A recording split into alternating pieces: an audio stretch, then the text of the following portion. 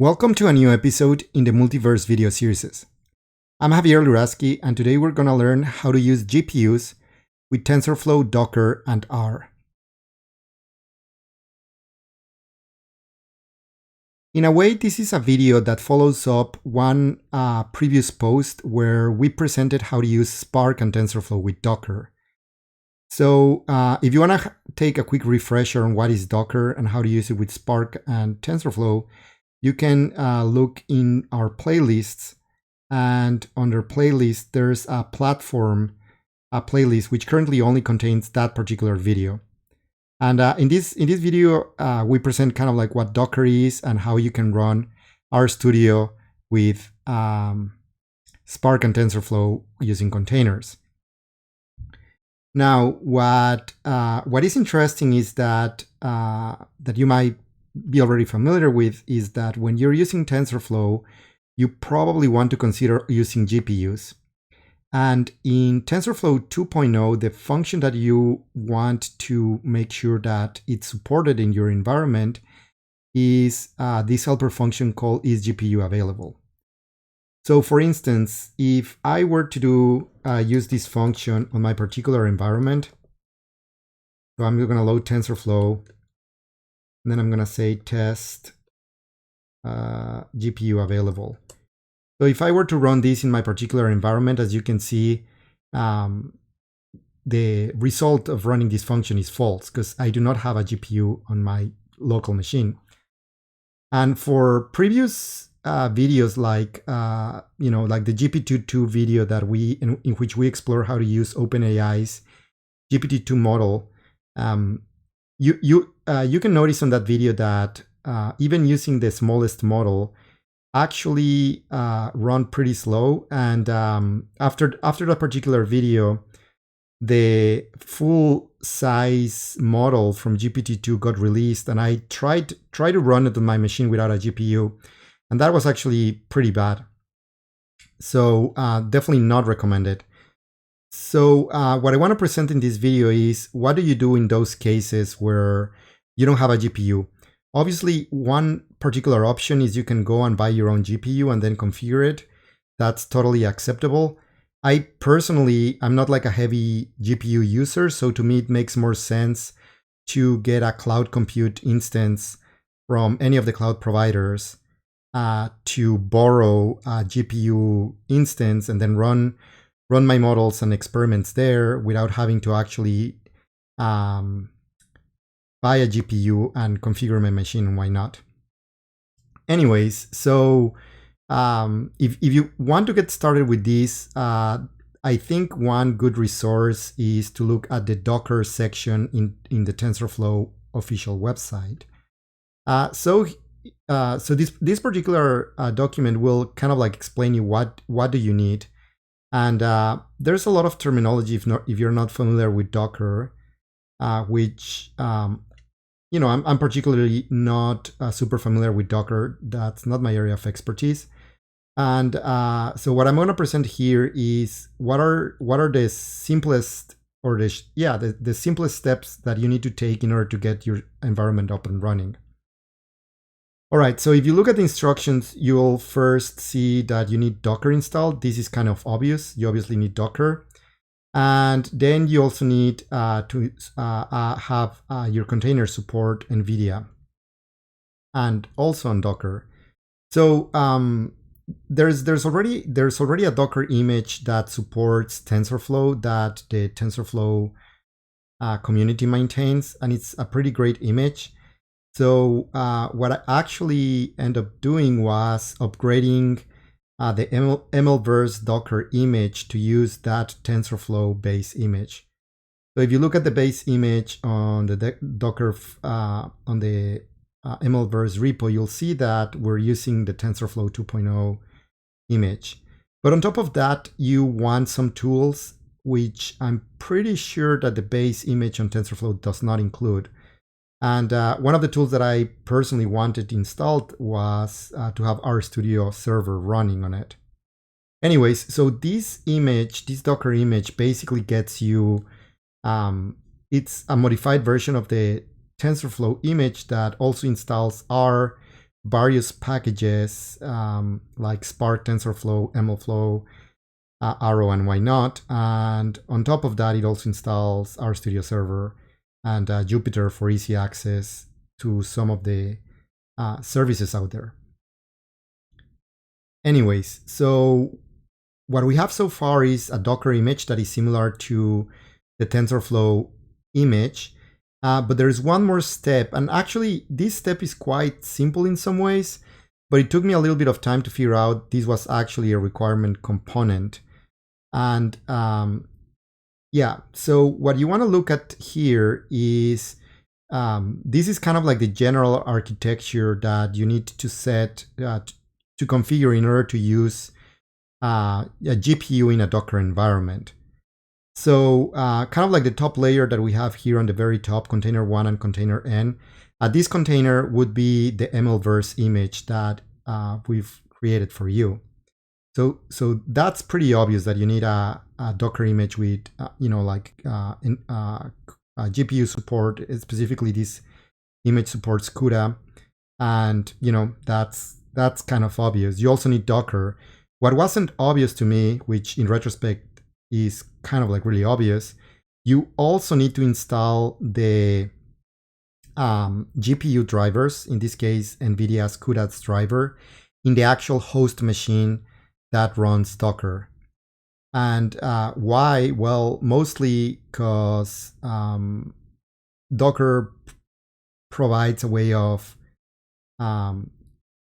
managing containers and executing those containers. But in order to be efficient, what we want to do is we want to make sure that the container actually uses the GPU. And in order to properly communicate between the container and the host machine, the host machine's GPU, we also need the CUDA drivers installed on the Docker image. Anyway, so you can look at instructions on how to install the Docker, the host CUDA drivers in various places. It's not that hard, but it also takes quite some time. So what we're gonna do instead is we're gonna use a pre-built image that already contains the CUDA drivers installed in the cloud provider. In this particular video, we're gonna use Google Cloud Compute, but I'm pretty sure Amazon EC2 also has some pre-built containers for deep learning that already contains the CUDA drivers.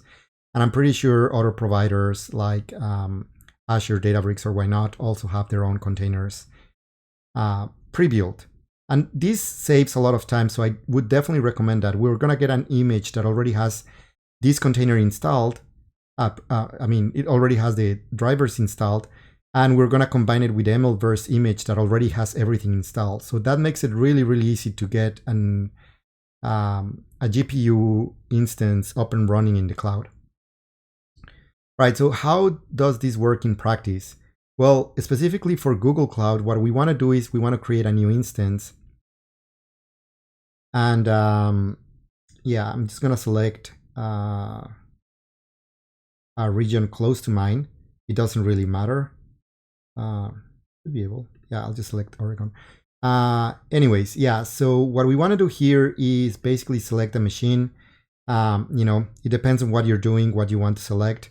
I would say, decent amount of RAM. But the important step here is, and it's different in different cloud providers, you want to select, choose a machine with a GPU. For instance, we can choose NVIDIA Tesla V100. You could, in theory, also use multiple GPUs.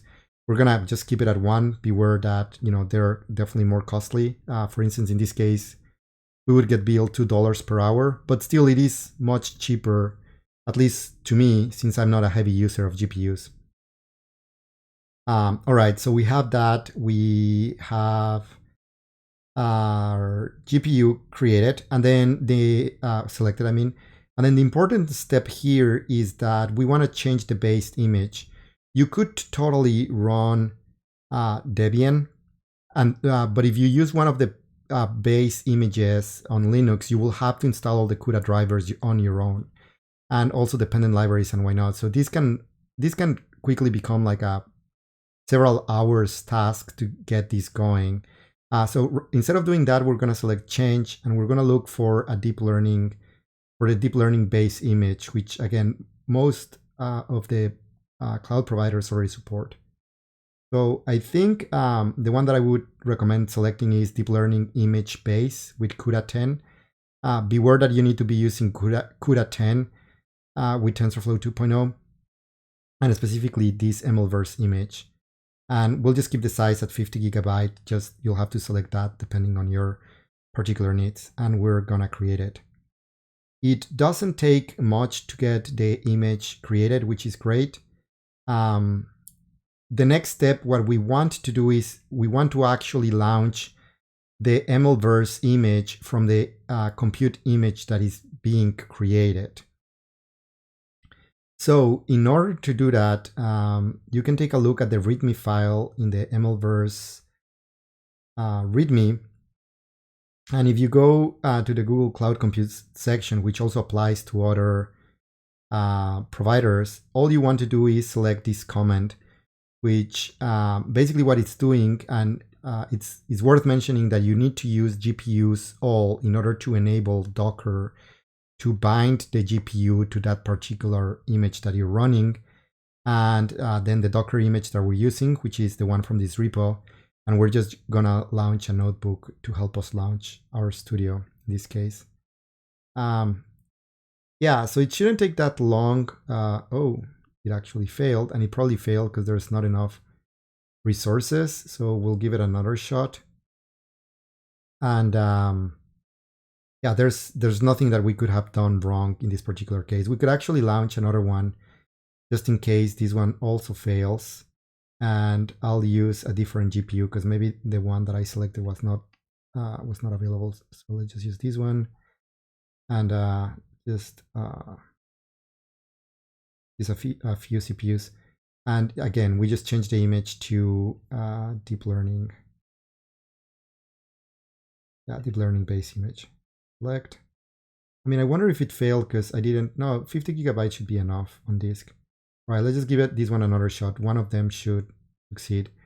So we have now we have two instances that are provisioning.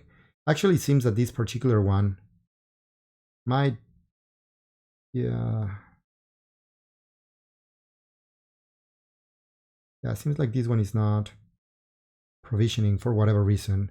And again, I don't think we did anything wrong. I actually followed the same steps for this particular instance. I might actually have hit a quota issue where some cloud providers restrict you from allocating too many resources. That might be the issue, whatever. And if not, what we're gonna do is we're just gonna use the one that we already have provisioned. But I'm hoping that we can actually take a look at doing all these from scratch, which would be quite useful. Right, so this one, this machine looks a little bit more promising. So one of the things that you want to spot here is which is your external IP address. We're gonna use it to connect to that particular machine. And we're gonna use also SSH to connect to this remote machine, which again, it shouldn't take too long to provision. Let's refresh this and maybe that'll make it work. And yeah, so this machine is ready to be used. And all we need to do is connect to the machine through SSH and finish up the configuration of this machine. Again, this shouldn't take more than 20 seconds, or why not? When you're running the GPU enabled images, they're a little bit different than the non-GPU instances where you need to still do one last configuration step after the image actually is instantiated. So we'll do that, which basically the image will prompt us to install the CUDA drivers, which is what's going on here. And that's kind of like the last step in setting up your host machine before we run Docker. Now, my guess is that there must have been some licensing issue where they can pre-install them or whatever, as a cloud provider, but it's all good. It doesn't take that long to actually get them up and running.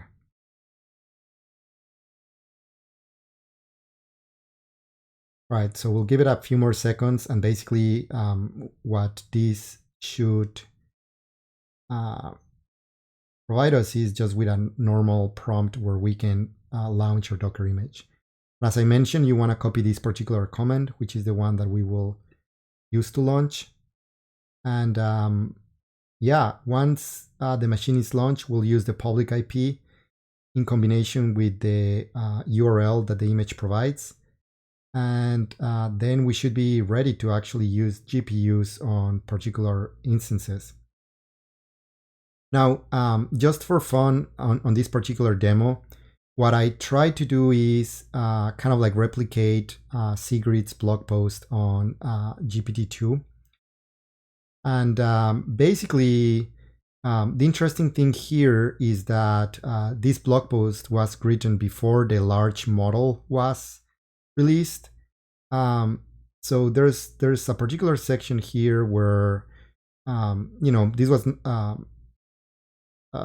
this particular section where we were testing out using the Q&A functionality on GPT-2. And as you can see, we used the largest model that was released at the time, which was the 700 million parameters. And let me just get back to this instance and then just run the Docker run. Make sure I use the GPU all parameter and then the MLverse version. And we'll give it a few more seconds to actually download the images and extract them. Shouldn't take long. And yeah, so basically what happened after that last that blog post is that OpenAI released the 1 point something billion parameters. And since we already have a GPU and I can actually now reproduce this particular blog post, I thought it would be interesting to see if there are any differences and see how long it takes and tweak it and why not. All right, so this is still downloading. One thing worth mentioning, which I believe we explained on this post, is that there is a GPT-2 package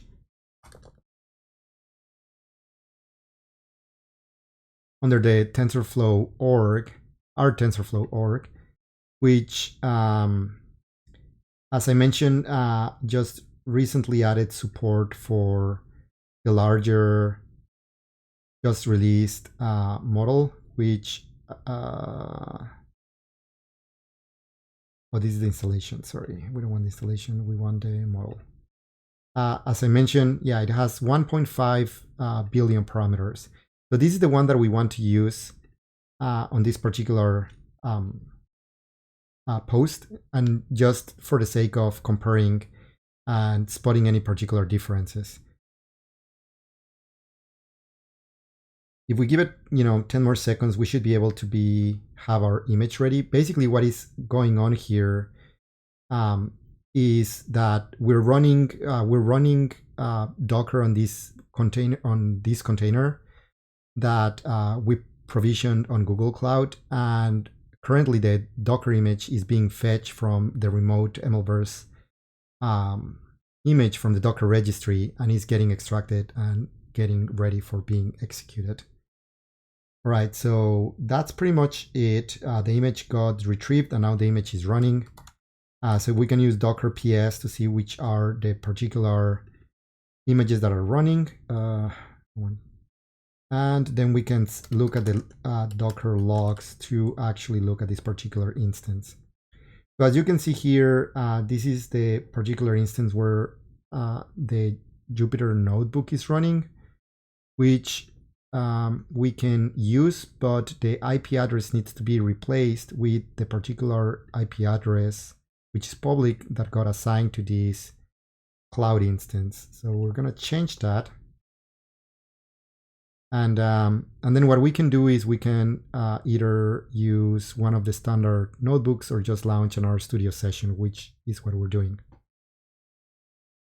All right, so we are enabled here. In this particular case, as I was mentioning, we actually want to install the GPT-2 model and package. which is not yet on cron, so you would have to do install it from the our TensorFlow repo, and that's pretty much it. Now, after this, we also need to install the actual runtime for the GPT-2 model. So we're gonna do that. Install GPT-2, and in this particular case, we want to make the version equals GPU. Right. So as you can see here, TensorFlow GPU 2.0 is getting installed, which is exactly what we want. And again, this should take a few more seconds. And once this is actually installed, what we want to try is to rerun this particular piece of code that we run locally where we were lacking a GPU, and make sure that the GPU is enabled. Right, that's pretty much it. Oh, we're missing. We don't have our prompt back, but we can start typing, let's see, library TensorFlow. And we'll just wait for this to finish installing, which it did. And okay, now we have TensorFlow loaded. And what is important to notice here is if we do a TensorFlow test and then available, is GPU available, now we can actually, we should be able to get true as the output, which is the case.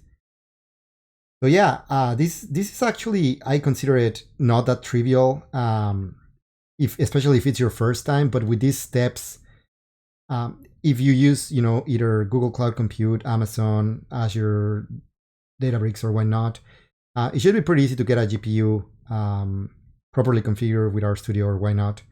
And yeah, so just before we close this video, rather than rerunning everything, I have a couple examples here that I run on an image that I have pre-installed. So the first attempt was to reproduce that particular entry on the GPT-2 R post, which I believe we got exactly to reproduce. No, not this one. Let's see. Yes, so this particular part.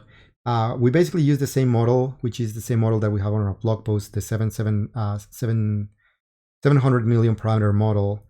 And in this particular case, the question, what is happening to glaciers? And the answer was, what is happening to the Arctic Sea, which wasn't that great. And maybe we did something wrong, like we haven't spent like a significant amount of time with GPT-2, but I wanted to see how different it is from the full size model, which is what we're doing here, is the 1.5 billion parameters. So as you can see, actually the output, it is much better. Well, not much better, but it's at least much better formatted. The answer is still what is happening to the oceans with a question mark, which doesn't make much sense. So my guess is that we still need to tweak the temperature parameter, perhaps, maybe, not sure. Maybe that's for another video. But I did run a couple other ones. For instance, here what I did is ask GPT-2 what is RStudio, and the answer was RStudio is free and open source.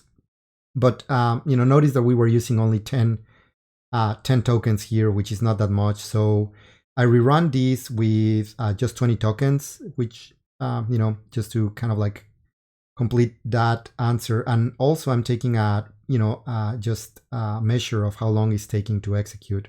So I get the same question, but the answer is a bit better, not better, but longer, which makes more sense. Which is mentioning here, RStudio is free and open source software development environment for statistical computing. And it took 45 seconds, which it's something that I still want to investigate further. If someone wants to drop me a tweet or whatever, and if you've been working with the GPT-2 model, I would be curious to see kind of like what's the performance that you're experiencing there, because my guess is that this still needs to be optimized further. But anyways, yeah, so same experiment with 20 models, and in this case, temperature 0, I just run that one. So I don't have the results yet, but it probably should finish soonish. All right. And again, this post was not about GPT-2. The really important kind of like piece to get working is the GPU enabled in your R session. And just to recap, you can do that in multiple ways. One way is to get a actual GPU and install it in your machine, or you can get a cloud compute instance, which is what I'm doing, and run your particular models in the cloud, which I think is much easier to do, especially if you're not planning to use these on a day-to-day basis. All right, well, thank you so much for watching, and hope this video was useful to you.